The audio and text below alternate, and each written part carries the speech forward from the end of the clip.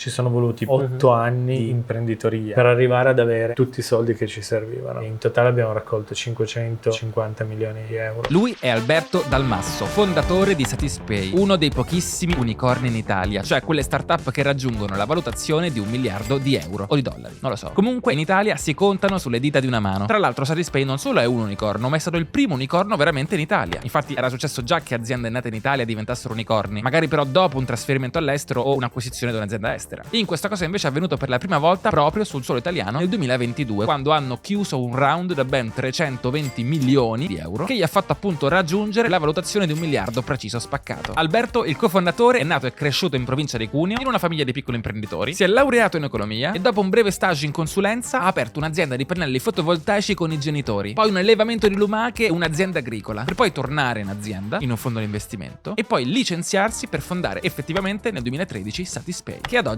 ha precisamente 11 anni. A fondare l'azienda non è stato da solo, ma col suo amico Dario, che aveva conosciuto in precedenza e con cui ha sviluppato l'idea iniziale. Ad oggi Alberto è l'amministratore delegato, nonché CEO, e Dario è il CTO, cioè il responsabile di tutta la tecnologia. Comunque, ho avuto modo di sedermi insieme ad Alberto e parlare con lui per praticamente 2 ore e ho cercato di riassumere nei punti più importanti in questa intervista, ma ancora prima raccontiamo bene cos'è Satispay e di cosa si occupa. Satispay è un'azienda fintech, cioè quella categoria di startup che operano nel mondo finanziario grazie alla tecnologia, ma non è la classica carta conto, il conto smart e queste cose qua. O meglio, non solo, è in realtà un vero e proprio circuito di pagamento, utilizzato quindi dai privati come noi che possono scambiarsi il denaro, ma anche dagli esercenti che lo utilizzano per ricevere i pagamenti, e anche dalle aziende che utilizzano Satispay per erogare buoni pasto per i propri dipendenti. Insomma, è un nuovo metodo per pagare. Ve lo dico io perché vi riassumo le cose che Alberto ha detto in tutte le altre interviste, così per l'intervista ci teniamo le cose più succose. L'idea è nata per un bisogno molto semplice, un bisogno che in parte ancora esiste, cioè la difficoltà di pagare con la carta e il fatto che gli esercenti siano obbligati a dare un sacco di commissioni ai circuiti di pagamento perché sono praticamente un monopolio, ci sono solo loro, per cui si può pagare con Mastercard o Visa, il negoziante a malincuore deve accettare per legge e deve dare una percentuale al circuito. Se invece però uno paga con Satispay non solo ci mette un secondo, ma l'esercente sotto 10 euro non paga commissioni e sopra quella cifra paga solo una piccola somma. Lo stesso discorso lo applichiamo a buoni pasto, che in Italia sono sempre stati praticamente un oligopolio, dettando legge quindi su quelle che sono le loro commissioni, i tempi di pagamento eccetera eccetera. Satispay di nuovo ha l'obiettivo di tutelare l'esercente e in contemporanea creare un prodotto più facile da utilizzare anche per l'utente finale, cioè quello che utilizza il buono pasto. Ad oggi Satispay è gigante, ha più di 600 dipendenti e si è da pochi mesi trasferita in un palazzo gigantesco in zona Isola a Milano. Per cui di nuovo ancora prima dell'intervista facciamo un bel tour degli uffici. Partiamo dal piano terra, cioè l'entrata, con la reception e il front desk. Allora, questa è la reception d'ingresso. Abbiamo qua il nostro team di front desk che accoglie tutti i visitatori e i dipendenti dalle 8 del mattino alle 8 di sera, anche se in realtà i dipendenti Satispay hanno accesso 24 ore su 24. Sempre a piano terra abbiamo l'auditorium, dove spesso si svolgono conferenze, ma che utilizzano giornalmente per fare le riunioni di orientamento alle persone appena assunte. Infatti le persone che io ho visto in quella giornata erano tutte persone appena assunte in Satispay. Quelle erano tutte persone che sono appena state assunte e stanno facendo l'onboarding. Il loro primo giorno, le loro prime ore. Giusto per farvi capire la velocità con cui si muove un'azienda del genere. Al piano di sotto abbiamo la cucina attrezzata con tutto quanto. Abbiamo i tavoli per mangiare, chi vuole mangiare in compagnia senza uscire dall'ufficio viene e si ferma qua. E anche un sacco di giochi tra cui il biliardino e il ping pong. Quelli non mancano mai. Dopodiché le postazioni di lavoro sono dal primo al settimo piano, divise tra open space e sale riunioni. Noi siamo saliti al 4º piano dove c'è un modellino, tutto il palazzo, che è stato progettato dallo studio di Stefano Bellingardi. Noi siamo entrati in gioco a fine 2021, quindi il progetto esisteva già. E il progetto quando è nato aveva il nome di Primo, perché Primo va un po' a identificare la forma di uno del palazzo, se lo guardi dall'alto si vede bene. Si tratta anche del primo progetto di Stefano su Milano. Inizialmente il palazzo era di 5 piani, noi abbiamo aggiunto 3 piani. Questo immobile avrà alcune tra le certificazioni più alte per i palazzi ecocompatibili. Una tra tutte è LEED, che è Leadership in Energy and Environmental Design. Tutti i piani sono divisi a open space. Noi non abbiamo uffici chiusi perché ci piace lavorare tutti nello stesso ambiente. Dario e Alberto lavorano qui in open space. Abbiamo dedicato solamente degli uffici chiusi per le riunioni. Sono sale riunioni chiuse che ospitano più persone, che hanno dei sistemi di video call. Poi abbiamo le phone booth, sia doppie che singole. Il terzo spazio di condivisione in realtà non è uno spazio chiuso, sono delle zone di hot desking e le zone di hot desk le abbiamo su tutti i piani per andare a ottimizzare gli spazi. Ci siamo resi conto che tantissime postazioni rimanevano spesso vuote perché i manager, chi ha tanti meeting o comunque chi non ha un lavoro fortemente operativo spesso si metteva a lavorare in altre zone. Al fine di ottimizzare la gestione degli spazi ed evitare di avere scrivanie vuote per giorni, abbiamo deciso di andare a organizzare la distribuzione assegnando un 75% delle scrivanie ad ogni team rispetto al numero totale di componenti del team. Dopodiché siamo saliti al 6º piano, anche là ci sono open space, sale riunioni e le varie postazioni libere, il tutto insonorizzato. Sopra il mio zona hot desk e sopra ogni scrivania ci sono dei pannelli suono assorbenti davvero molto molto performanti, stessa cosa che abbiamo fatto all'interno delle meeting room. Abbiamo cercato di massimizzare l'assorbimento del suono anche tra una scrivania e l'altra. E infine l'8º piano, che è un po' più piccolo perché i piani si vanno stringendo verso l'alto, ed è il piano dove avvengono le varie riunioni degli executive, le riunioni importanti, ma anche là ci sono un paio di desk dove si può lavorare. Nel tentativo di smorzare un pochino anche l'imponenza di avere un piano dedicato esclusivamente a questo tipo di attività, abbiamo deciso di mettere un'intera area di hot desking per dare possibilità a tutti di venire a lavorare qui con una vista su tutto lo skyline di Milano. Da quella parte c'è City Life, da questa parte qua c'è Isola. Gaulente, tutta isola. Ed è proprio all'8º piano, nella sala riunioni più grande che c'è, che ho incontrato Alberto, al quale ormai come da prassi ho posto la domanda fondamentale, cioè come mai sei voluto diventare un imprenditore? Ma devo dire che prima di tutto l'aver creato questa azienda con la mia famiglia molto piccola, poi subito dopo attaccarci un'impresa agricola, e quindi il fatto di capire di poter fare le cose per conto mio è arrivato dall'aver visto come si può creare un'azienda e osservare che ci sono delle opportunità e partire. E poi ricordo quando ho iniziato a lavorare in finanza in questa società Aircel di private banking, ricordo che il mio capo, che era cresciuto in McKinsey, poi si era spostato sulla finanza, mi raccontava un po' il suo percorso. Ho detto, partire dalla consulenza e diventare manager mi sembra tanto un percorso standard, come quelli che probabilmente non sono adatti a me. Nelle altre interviste tu non hai raccontato com'è andata l'azienda dei pannelli solari. Con l'azienda c'è ancora, i pannelli sono lì, prendono il sole, ce n'erano fatturato. Un'azienda che è partita da un primo impianto e adesso è a 5 o 6. Non avevamo i capitali per creare questi impianti. Ho trovato una banca che ce li ha finanziati per intero e abbiamo legato i proventi al pagamento delle rate. E adesso diciamo quelle sono praticamente concluse, produce solo utili. Da lì è nata perché poi era in vicinanza con la parte agricola, dove inizialmente avevamo provato a allevare lumache. Eravamo arrivati a 2 milioni di lumache. Le lumache cercano tutti i modi di morire. Sì. Quindi tu devi fare di tutto per mettere delle barriere perché non entrino le talpe a mangiarsele, delle reti che le facciano ricadere dentro, se no se ne vanno in strada e rimangono schiacciate. Però mi ricordo che Dario, vedendo sta combinazione di energia rinnovabile, agricoltura e tutto, mi fa: cavolo, tu sei davvero un imprenditore. E poi da lì in realtà le lumache sono molto complesse, dove fa freddo, in Piemonte fa abbastanza freddo d'inverno, quello è un po' scemato, anche perché nessuno in famiglia se ne riusciva a occupare. Siamo passati a un qualcosa di un po' più semplice e gestibile, che sono nocciole, che in Piemonte è quella più pregiata. Alcuni tra i più grandi fondatori tech americani come Mark Zuckerberg o Bill Gates hanno fondato la loro azienda praticamente ancora al college, senza nessuna esperienza lavorativa e senza aver fatto nessun altro tentativo di startup. Alcuni senza appunto neanche finire l'università. In realtà queste sono eccezioni, nella maggior parte dei casi gli imprenditori di successo hanno bisogno di fare altre aziende, spesso anche di subire dei fallimenti. Alberto Dal Masso è un po' una via di mezzo, perché ha creato Satispay da giovanissimo e senza nessun grande fallimento alle spalle, però comunque qualche esperienza l'ha fatta, specialmente appunto questa esperienza imprenditoriale con la famiglia. Per cui io ho chiesto cosa hai imparato in questa esperienza del fotovoltaico che poi ti ha aiutato con Satispay. E questa esperienza pre-Satispay ti ha aiutato a imparare qualche nozione che poi ti è stata utile dal punto di vista imprenditoriale? Tenere le antenne dritte, trasformare la lamentela del spesso non riesco a pagare con carta, gli esercenti sono sempre arrabbiati, trasformarlo in un ok, questa non è una cosa solo mia, statisticamente sarà un'esigenza di milioni di persone, magari ci creiamo un'azienda. Intercettare le opportunità e i trend. Più che avermi insegnato, credo che ci siano state una serie di episodi che mi hanno veramente messo voglia di fare azienda. Sentivo che potevo rischiare di perdere un treno, credo che l'energia che hai, a quel tempo avrò avuto 27 anni, l'ho sfruttata tutta per saltare su ogni opportunità. Comunque, dopo la sua esperienza con le lumache, Alberto torna a lavorare in azienda, in particolare in Aircel, un private equity, cioè un fondo di investimento. Ed è proprio in quegli anni che conosce Dario, l'altro cofondatore di Satispay, per cui ero curioso di sapere come Alberto di preciso avesse conosciuto Dario e come avessero insieme scelto di fare Satispay. Dario l'ho conosciuto per caso a Torino in una sera di festa di laurea, perché lui si era appena laureato e stavano per partire per l'Australia. L'obiettivo era quello di presentarci perché io gli dessi qualche dritta sull'Australia, poi abbiamo semplicemente fatto festa. Quando è tornato dall'Australia ho legato molto con Dario, perché mi ricordo ero impressionato dal fatto che lui fosse molto irriverente nei confronti del mondo del lavoro, della formazione in generale. Cioè lui si era laureato il più rapidamente possibile, fregandosene del voto, perché voleva subito andare in Australia e fare questa esperienza. È entrato nel mondo della consulenza informatica e rapidamente era riuscito a guadagnare molto bene, e quindi ho detto voglio stare vicino a questa persona perché ho bisogno di un po' della sua irriverenza. Così quando anni dopo lui mi disse che stava cercando di creare un sistema per inviare denaro via mail, dopo l'ennesima mattina in cui ho fatto fatica a pagarmi il cappuccino e brioche perché non voleva la carta, non c'aveva il resto eccetera, un amico mi ha detto perché non si fa un'app sul Bancomat. Ho detto Bancomat no, però chiamo Dario e parlo un attimo con lui se si possono usare i bonifici internazionali. Quindi nel 2012 sia Dario che Alberto lavoravano, Dario all'estero e Alberto in Aircel, ma nell'arco di quell'anno iniziano a ragionare a quella che è l'idea embrionale di Satispay e iniziano a capire che una vera e propria opportunità per creare una startup startup. Così a gennaio del 2013 decidono di dimettersi e di fondare finalmente l'azienda. Cioè il famoso aneddoto che Alberto racconta sempre, in cui si sono chiamati e si sono detti: se tu ti licenzi, io mi licenzio. Come è andato il passaggio da una semplice idea a investiamoci le nostre energie, rischiamo? Direi un anno, un po' tutto il 2012, a capire che c'era un contesto normativo dove potevamo creare noi un istituto di moneta elettronica, quindi come dire una banca un po' più leggera, nel senso che non facendo prestiti hai bisogno di meno capitali, hai bisogno di meno controlli, però comunque devi mettere su una certa struttura. Inizialmente pensavamo di usare tanti fornitori esterni, tanto outsourcing, e poi abbiamo capito facendo che il valore sta nell'essere proprietari di tutto, nello svilupparti tu la tecnologia, e siamo arrivati al punto in cui l'unico modo per capire se può funzionare è provare a farlo. Poi lui ha detto: se tu ti licenzi, io mi licenzio, torno in Italia. Poi mi ricordo come abbiamo iniziato a lavorare, forse era il 18 di gennaio mi sembra del 2013, in una settimana abbiamo fatto di più di quanto abbiamo fatto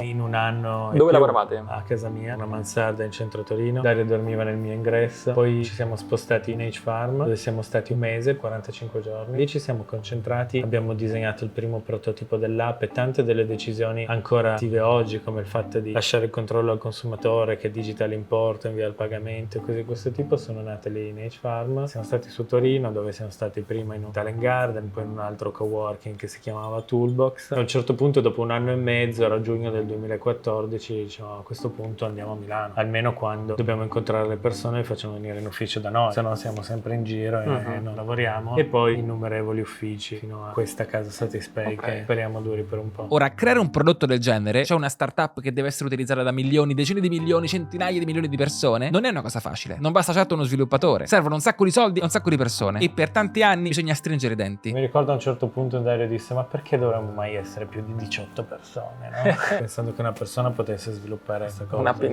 Nel prodotto ci sono 100 persone, siamo a corto. In questo caso, inoltre, essendo un servizio bancario, hanno dovuto aspettare 2 anni per ottenere la licenza adatta per offrire il servizio. Prima invece si sono dovuti affidare ad una banca partner, almeno per creare l'MVP. Infatti, per partire, Alberto e Dario hanno messo 60.000 euro a testa. Dopodiché, dopo qualche mese, hanno inviato un video a 50 loro amici per raccogliere un po' di soldi, quello che in gergo si chiama un pre-seed, un family and friends, l'investimento che viene fatto proprio sulla fiducia, senza niente di niente. E nonostante ciò sono riusciti a raccogliere 300.000 euro valutandosi 4 milioni. Cioè hanno raccolto 300.000 euro cedendo solo una piccola parte dell'azienda perché la valutazione era alta. Noi ci siamo fatti un video di 10 minuti, l'abbiamo inviato a 60 amici, 52 hanno investito, saranno quelli che useranno l'app per primi. Il passaggio subito seguente è stato creare l'MVP, cioè un prodottino che facesse capire che le cose funzionavano, ma che chiaramente non è minimamente vicino ad essere quello che è il prodotto finale che hanno in mente. L'ho raccontato nel mio video Come si diventa imprenditori, di preciso come funziona questo passaggio. Comunque, hanno creato questa beta di Satispay con solamente alcune funzionalità. Ovviamente i loro amici, conoscenti e parenti che avevano investito in Satispay sono stati i primi a provarla, e per farlo hanno dovuto fisicamente firmare delle carte e spedirle alla sede della banca partner. Insomma, molto MVP. Quindi si stampano il contratto cartaceo, lo firmano, ce lo rinviano con una banca partner, una banca locale. Queste persone spedivano il contratto alla sede centrale della banca Alpi Marittime a Carrù, e a quel punto noi sapevamo che il contratto era arrivato e potevano iniziare a usare l'app, che però faceva solo scambio di denaro tra privati. Però a gennaio del 2015, quindi a 2 anni dall'inizio, finalmente Satispay era sull'App Store e non si doveva più firmare fisicamente un foglio di carta. 2 gennaio 2015 mi sembra, tutto live, potevi iscriverti, l'app era sullo store e non dovevi più firmare un contratto cartaceo. Non è esploso niente, cioè, adesso lo mettiamo sugli store. Invece non ci sono mai stati giorni senza iscritti, né di consumatori né di esercenti, quando siamo poi partiti con gli esercenti, però 10 iscritti, 15 iscritti, 20 iscritti al giorno. Un unicorno non si fa senza dipendenti. Infatti in quel momento erano già in 18 persone, e se vi fate 2 conti, 18 persone, 300.000 euro le bruciano in 2 secondi. Devo dire che quando assumi i soldi iniziano a sparire. Costa pagare le persone, costa tantissimo, molto più di quello che è il loro netto. 2 volte e mezza, quasi 3. 2 volte e mezzo, sì. Per cui era giunto il tempo di raccogliere altri capitali e continuare a far crescere l'azienda. Però prima ho chiesto ad Alberto come hai fatto a convincere le prime persone a lavorare per Satispay. Dove hai trovato i primi dipendenti? Settembre 2013 abbiamo assunto le prime 8 persone. Come sviluppatori? Uno sviluppatore legale era molto difficile. Io mi ricordo che abbiamo passato un sacco di tempo a cercare di convincere persone a lavorare con noi. Una notte passata in un Airbnb con un letto a una piazza e mezza, a dormire entrambi lì per risparmiare, a Roma, per convincere 2 persone esperte di sicurezza informatica a lavorare per noi, che poi non si sono mai convinte. I primi stipendi, cioè questa soglia minima, noi non possiamo stare sotto questa soglia, era più alta di quella che era stato il mio primo stipendio anche dopo lo stage, e lì noi ancora non ci pagavamo. Abbiamo iniziato a pagarci quando abbiamo fatto il nostro primo round di investimento serio da 5 milioni milioni e 100, che a suo tempo era il più grande aumento di capitale nella storia delle start-up italiane. Bene, come dicevo, nel 2015 è raggiunta l'ora di raccogliere soldi e Alberto riesce a raccogliere ben 5 milioni. Non bussando alle porte dei venture capital, che al tempo alle start-up davano veramente 2 noccioline, ma andando a parlare con i singoli imprenditori di successo, che volentieri investivano personalmente nella startup. Questa è una cosa che i fondi alcune volte sconsigliano, perché avere tanti singoli investitori rende complicata quella che in gergo si chiama cap table, cioè la lista delle persone che investono nella startup e che possono prendere decisioni. Però le quote che Satispay ha venduto a questi investitori erano senza diritto di voto, quindi in realtà la cap table era pulitissima. E quindi dopo aver perso un po' di tempo con i fondi di investimento, vedendo che i soldi stavano andando a sparire, ho iniziato a parlare con imprenditori, perché ci siamo detti 2,5 milioni li raccogliamo prima da 25 persone che mettono 100.000 euro a testa, che da un fondo, e gli imprenditori si entusiasmavano molto a vedere quanto fossimo determinati, quanto ambizioso fosse il progetto Satispay. Erano più contenti di mettere 200.000 euro in Satispay che 10.000 euro in un progetto che avesse ambizioni più piccole. Anche una delle banche partner con cui stavamo parlando ci ha chiesto di investire e fortunatamente abbiamo detto che invece di raccogliere 2,5 milioni raccogliamo 5 milioni. Raccolti questi primi 5 milioni, Satispay, che prima era sconosciuta, inizia a ricevere la sua prima ondata mediatica. Era il round di investimenti in Italia ricevuto più grande al tempo per una startup, per cui giù di interviste e un sacco di attenzione, grazie alle quali sempre nello stesso anno riescono a chiudere altri 3 milioni di investimento, aggiudicandosi quindi per il 2015 ben 8 milioni di investimento da spendere. Arrivò un'intervista del Sole 24 Ore, poi arrivò Radio 24, poi arrivarono altre interviste e quindi iniziò a girare e altri investitori ci chiesero. Un mio ex collega mi disse: un mio cliente che sarebbe interessato. Io ho detto: adesso non abbiamo bisogno di capitali, ma è stato talmente difficile trovarli che facciamo comunque un'operazione. Fatto quell'operazione, mi ricordo c'era 1,5 milioni che arrivava da questo nuovo investitore interessato, in realtà 1 milione più 500.000 da un gruppo di investitori più piccoli, e gli altri investitori che avevano già messo soldi che misero restante 1,5 milioni. Di fatto noi ci troviamo con 8 milioni da meno di un anno raccolti. Già qua iniziamo a vedere quali sono i punti vincenti che hanno permesso a Satispay di crescere così velocemente. Tutte le volte che hanno raccolto soldi fino ad ora lo hanno fatto a valutazioni sempre più alte, quindi senza diluirsi, cioè senza diluirsi troppo, avendo quindi l'opportunità di fare altri round in seguito. E infatti poi nel 2017 hanno raccolto altri 18 milioni, e così nel 2018, e poi nel 2020 quasi 100 milioni, e poi come sappiamo nel 2022 ben 320 milioni. Chiaramente così là non ci arrivi se ti bruci tutto subito, e come ha detto varie volte nell'intervista Alberto, la chiave è stata anche avere fin da subito l'obiettivo molto chiaro. Fin dal primo giorno la missione era solo una: diventare un'azienda gigantesca, un metodo di pagamento utilizzato su larga scala, e quindi tutto ciò che avrebbe impedito questo obiettivo andava assolutamente evitato. Se siamo sopravvissuti, abbiamo superato milioni di difficoltà, abbiamo raggiunto una certa dimensione, secondo me perché abbiamo saputo dire di no a tante cose. Anche se significava non fare soldi per un sacco di tempo e dover convincere gli investitori della tua missione. Infatti, sempre se vi siete visti i miei video su come si diventa imprenditori, io faccio spesso una distinzione tra le varie aziende startup. In Italia raramente vediamo aziende come Satispay, cioè che prima di fare soldi veramente devono aspettare anni e anni una massa critica di utenti. E il motivo per cui in Italia succede raramente, invece succede molto di più negli Stati Uniti per esempio, è che qua in Italia non abbiamo grandi round di investimento. Pochissime startup raggiungono quella massa critica adatta che gli permette di raggiungere milioni di utenti e sfruttare quello che si chiama l'effetto network, come ha fatto Facebook, Google, Uber, Airbnb e tante altre aziende. In Italia funzionano di più quelle aziende che fanno soldi fin da subito, che poi comunque hanno bisogno di scalare e quindi prendono investimenti, ma lo fanno sulla base dei soldi che già fanno, non su una visione. Per cui quello che è successo con Satispay è stato veramente unico. E infatti Alberto mi ha detto che è stato molto difficile stringere i denti nella fase iniziale, però mi ha detto anche che una volta raggiunto il primo milione di utenti, quella parte è diventata più in discesa. Si è superata una soglia, quel milione di utenti in particolare, che ha fatto sì che molti grandi investitori internazionali facessero delle call con noi. Soprattutto devo dire che gli utenti che hanno iniziato a usare Satispay, nella stragrande maggioranza dei casi, 80%, non l'hanno abbandonata. Questo vuol dire creare forte retention, avere quelli che sono i core, quindi gruppi di utenti che sorridono, quindi che rimangono a bordo. Se tu hai un grafico che fa vedere chi smette di usarti e chi continua a usarti nel tempo, e che via via nel tempo ti usa di più, e queste sono cose molto rare, e da lì iniziano ad arrivare grandi capitali e noi iniziamo finalmente ad accelerare, iniziamo finalmente a fare vera growth nel accelerare le assunzioni, accelerare l'acquisizione di consumatori, di esercenti, lo sviluppo di prodotto. Fino a che non hai quella massa critica, fino a che non hai quella possibilità di spendere, non riesci a diventare una growth company. Ci sono voluti più di 5 anni di prodotto sul mercato, 8 anni di imprenditoria per arrivare ad avere tutti i soldi che ci servivano, e poi ancora di più, e poi ancora di più. Per cui ho chiesto ad Alberto su quali cose lui si è concentrato durante la crescita di Satispay, insomma su cosa ha lavorato. Quando noi abbiamo iniziato ad assumere c'era una persona particolare, che è Samuele, che consideriamo come un co-founder. Dario mi disse sarebbe bello avere lui perché ha sia un background informatico che molta competenza finanziaria, fiscale, ha gestito una parte delle sue aziende di famiglia ma non mollerà mai le aziende di famiglia. Invece lui decise di mollare le aziende di famiglia e arrivò a tempo pieno dal novembre del 2013 ed ero arrabbiato perché non era il primo, però devo dire a quel punto è stato il vero completamento. Dario totalmente dedicato al prodotto, Samuele alla parte di finanza e gestione delle relazioni con le banche e io sarei stato dedicato al marketing, ma mi sono dedicato totalmente alla raccolta di capitali. Per tanti anni il mio lavoro è stato semplicemente raccogliere capitali ed è stato estremamente complicato, forse uno dei miei più grandi contributi a questa azienda, perché in totale abbiamo raccolto 550 milioni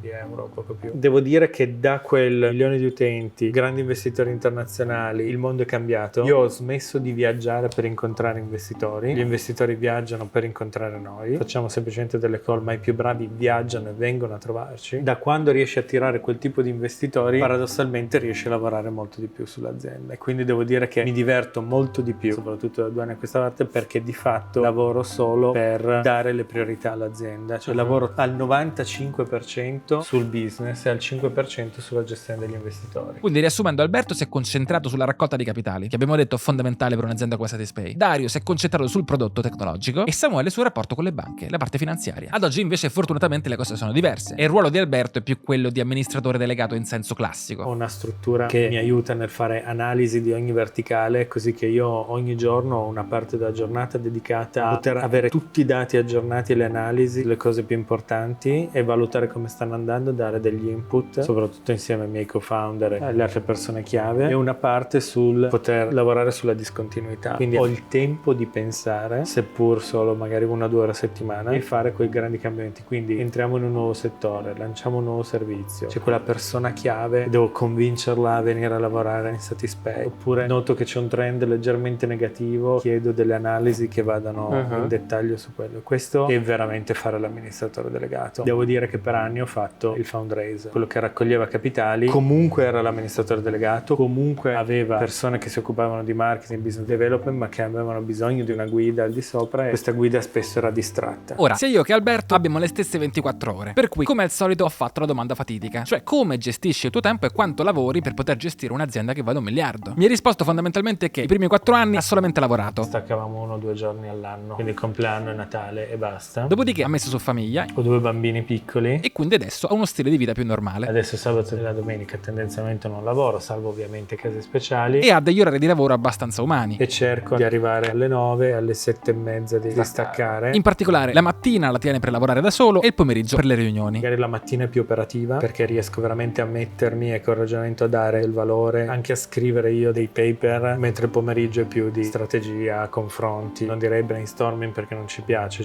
dire che si arriva tutti preparati col brainstorming già fatto e si prendono le decisioni. Non riunioni classiche di brainstorming, ma riunioni perfettamente preparate per evitare di sprecare tempo. Infatti, anche se adesso Alberto lavora meno di quanto facesse prima, in realtà il suo tempo è molto più organizzato e fa esattamente le cose che deve fare. Si concentra su quelle che sono le attività a valore aggiunto, e la sua agenda, che è importantissima, viene infatti gestita non solamente da lui, ma da un vero e proprio team. E ad oggi la mia agenda è gestita fortunatamente da persone che mi aiutano, e tutto il lavoro verso l'interno a chi ne fa l'analisi, oppure giovedì abbiamo la conferenza mensile con tutta l'azienda, e quindi ho una serie di appuntamenti per definire di cosa parlare, i contenuti, chi poi mi creerà le slide, i contenuti, le rivedremo, le aggiorneremo, in modo che sia ogni volta utile a tutti il supporto che possiamo dare, le informazioni che comunichiamo. Poi abbiamo i bootcamp, ogni mese entrano una 50ina di persone, allora ci sono queste sessioni da 2 giorni in cui vengono tutti qua, io gli racconto la visione, le priorità, dove sta andando il mondo, dei pagamenti, degli investimenti, altri gli raccontano il prodotto, altri gli raccontano il marketing, e quindi le persone più senior, più di alto livello in azienda, più l'azienda cresce, più sono dedicate all'azienda stessa. E il fatto di avere grandi investitori ma che sono molto allineati, di lungo periodo, e non essere quotati mi aiuta a non dover avere una gestione delle relazioni con gli investitori così onerosa, e possiamo veramente preoccuparci solo di creare la migliore azienda, che sia quindi capace di sviluppare il miglior prodotto possibile. E casualmente la sua sfida di questo 2024 è la mia stessa sfida, cioè rimettersi in forma. Sto cercando di non trascurare, che assolutamente per i primi 2 anni da papà ho trascurato, e me stesso, però ancora non ci riesco tanto a fare lo sport che Attività vorrei. fisica, mangiare bene, tutte queste Soprattutto cose. attività fisica, Yoga, meditazione, queste cose. Yoga, meditazione, correre, nuotare, fare esercizi, però sarà l'obiettivo di quest'anno. Ok, quindi è così che gestisce il suo tempo. A questo punto però mi chiedo, ok, come scala effettivamente Satispay? Ma secondo me è il mindset, il fatto di non prenderci tanto sul serio, di essere convinti di non essere mai all'altezza della situazione, e di avere persone intorno a noi che supportano il fatto che noi guardiamo quasi sempre solo quello che bisogna migliorare, non quello che va bene. Quindi le persone intorno a noi non si sentono molto spesso, quasi mai, ed è forse un po' un errore la PAC sulla spalla, bravi, ottimo lavoro, ma sento ok, ma perché questo non così, questo non così? Cioè è un continuo mettere tutto in discussione, e questo però ti apre al growth mindset, all'idea di essere aperto continuamente a cambiare le cose, perché le cose vanno fatte in modo sempre diverso, più cresci. I processi, devo dire, tutto ruota intorno alle persone, è una cosa su cui non ci sentiamo mai abbastanza, sono le assunzioni. Un aspetto fondamentale su cui anche lui si è concentrato in questa intervista sono appunto le assunzioni, che Satispay per crescere deve fare in grandi quantità e super velocemente. Infatti hanno un team che si dedica solo ed esclusivamente di assumere persone. Ovviamente puoi portare dentro le persone giuste che devono essere allineate culturalmente. Sono centinaia i profili che devi vedere per assumerne uno, quindi decine di migliaia quelli che devono essere valutati. Quante persone avete dedicate solo all'assunzione di persone? 20. 20 persone solo ad assumere persone? Sì, fanno solo i processi di assunzione. Per il resto, l'azienda per andare avanti e muoversi all'unisono utilizza la classica tecnica degli OKR, inventata penso da Google, lo utilizziamo anche noi in Flatmates. La vision di lungo periodo è settata, gli obiettivi annuali sono settati, i target che l'azienda vuole raggiungere siamo diventati bravi a settarli, ogni team crea i propri per contribuire agli obiettivi aziendali e l'anno scorso è il primo anno in cui l'abbiamo fatto bene. Con gli OKR lavorate? Con gli OKR. Per arrivare là dobbiamo passare da questo numero di iscritti a questo numero di iscritti, da questo numero di conversione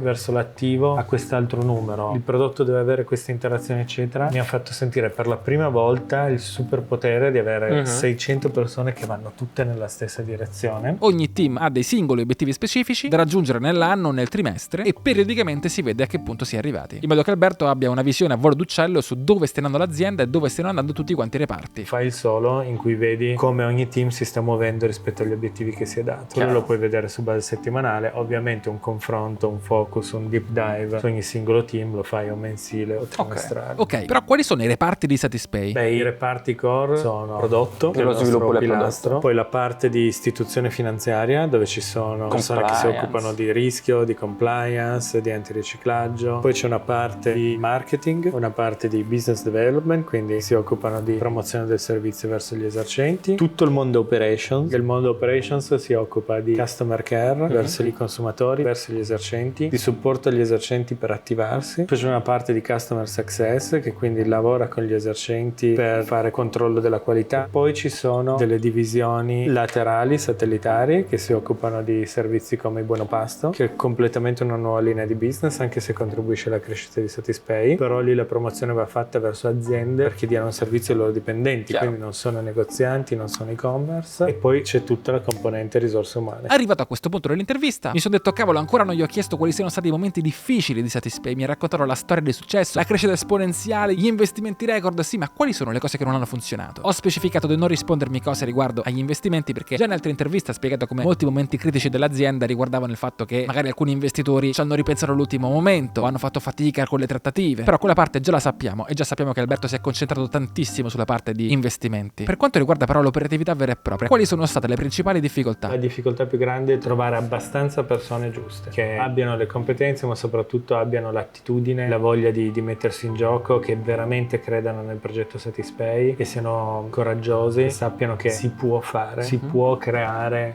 il più utilizzato strumento di pagamento in Europa e se non ci riusciamo è colpa nostra, non perché è un progetto impossibile. La più grande difficoltà è trovare le persone giuste, prendere strade diverse con le persone sbagliate, farlo in modo giusto, farlo in modo umano, però farlo per il bene di Satispay. E anche qua Alberto conferma che uno degli aspetti fondamentali e più difficili in azienda sono proprio le persone. Questa cosa ritorna con quasi tutti gli imprenditori che intervisto. Dopodiché rimane solamente una cosa da chiedere: qual è il futuro di Satispay? Satispay sta diventando grande, molto rapidamente supererà i 100 milioni di fatturato, che entro il 2026 farà profitti importanti. Per noi sarà ancora piccola rispetto a quello che vogliamo che diventi. L'obiettivo è di superare il miliardo di fatturato nell'arco di 5-6 anni, che è l'orizzonte temporale su cui ha senso immaginare una quotazione. Quindi è una società che ha 1 miliardo di fatturato, un'elevatissima profittabilità, che si sta espandendo in più paesi in Europa e probabilmente l'Italia è ancora uno dei principali paesi per contributo al fatturato e alla profittabilità, però è internazionale e non sarebbe più così sulle montagne rosse come una società che brucia capitali per crescere e quindi può essere quotata. E a titolo personale, come ti immagini a capo a guida dell'azienda anche fra 6 anni? Sì, assolutamente, non sono solo, non lo sono mai stato. Devo dire che il più grande contributo che ho dato a Satispay negli ultimi 14-15 mesi è stato dedicarmi a portare dentro persone di talento, che ne hanno viste anche più di noi, che hanno veramente veramente alzato l'asticella e che ci possono aiutare a guidare questa società. Terminate queste 2 ore di conversazione, la mia testa stava esplodendo. Non mi capita tutti i giorni di poter chiedere consigli direttamente a chi si occupa di fare azienda a questi livelli, per cui ho fatto tesoro di tutte queste informazioni, ho cercato di elaborarle per trasmetterle anche a voi in questo video. Fatemi sapere se sono state utili, se vi sono interessate, che altro vorreste sapere, e mi raccomando andate in descrizione, perché se siete imprenditori o liberi professionisti potete utilizzare i buoni pasto di Satispay, che io in primis utilizzo da imprenditore per mangiare e abbassare l'imponibile delle mie tasse con i buoni pasto. Ho fatto un video proprio a tema tasse, datelo a vedere, dove spiego proprio come i buoni pasto siano anche utili per efficientare le proprie spese.